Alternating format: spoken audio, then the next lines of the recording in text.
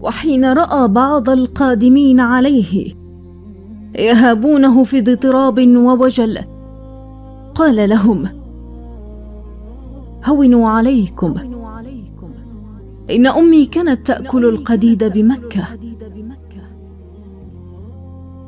ألقى كل أعداء دينه السلاح ومدوا إليه أعناقهم ليحكم فيها بما يرى، بينما 10,000 سيف تتوهج الفتح فوق ربا مكة في أيدي المسلمين، فلم يزد على أن قال لهم: اذهبوا فأنتم الطلقاء.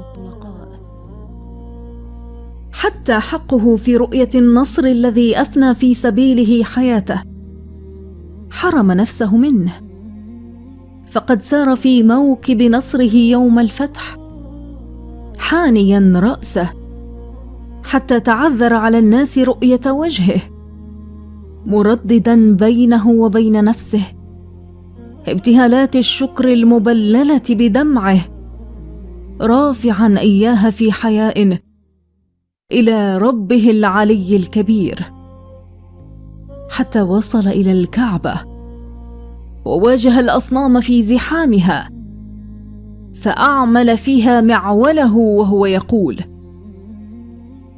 جاء الحق وزهق الباطل، إن الباطل كان زهوقا.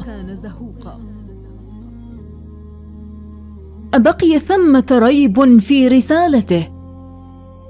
إنسان ينذر حياته لدعوة ليس فيها أي مغنم شخصي من ثراء أو منصب أو جاه أو نفوذ. حتى الخلود التاريخي لشخصه لم يكن في حسابه، لأنه لا يؤمن إلا بخلود عند الله. إنسان يقضي حياته من الطفولة إلى 40 في طهر وتأمل، ثم يقضيها من 40 إلى منتهاها في عبادة وهداية وجهاد ونضال، وتفتح له الدنيا فيركل كل أمجادها الباطلة ويظل لائذا بمسلكه وعبادته ورسالته، ثم يكون كاذبا. وفيما إذن كذبه؟ ألا تنزه فيه الإنسان وتنزه فيه الرسول. قلنا إن المنطق والعقل كانا كما لا يزالان حتى اليوم خير برهان على صدق محمد صلى الله عليه وسلم حين قال: إني رسول الله. فليس يسيغ المنطق الرشيد ولا العقل السديد أن يكذب على الله إنسان هذه حياته من البدء إلى الختام. فالمؤمنون الأوائل الذين سارعوا إليه والذين يشرفنا أن نتعرف على صفحات هذا الكتاب إلى طرف من أنبائهم، كان معهم إذن بعد هداية الله لهم برهان من المنطق والعقل. أي برهان؟ ها هو ذا محمد قبل رسالته، وها هو ذا بعد رسالته. ها هو ذا والمهد يستقبله، ثم ها هو ذا وفراش الموت يدثره. هل ترى العين في طول حياته وعرضها من تفاوت؟ أبدا.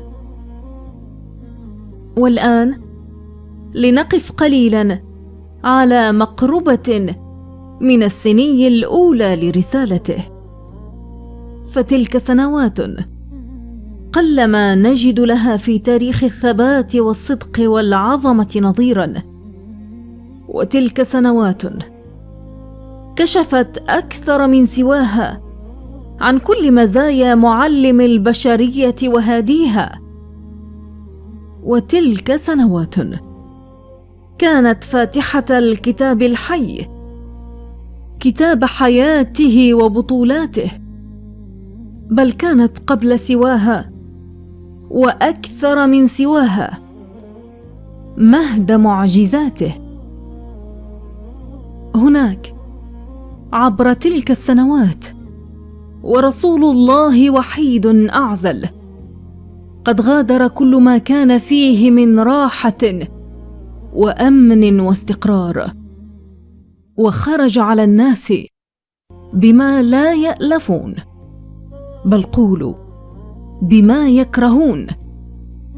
لقد خرج عليهم يوجه كلماته إلى عقولهم، وما أشق مهمة من يوجه خطابه إلى عقول الجماهير بدلاً من عواطفها. لقد خرج عليهم يوجه كلماته إلى عقولهم.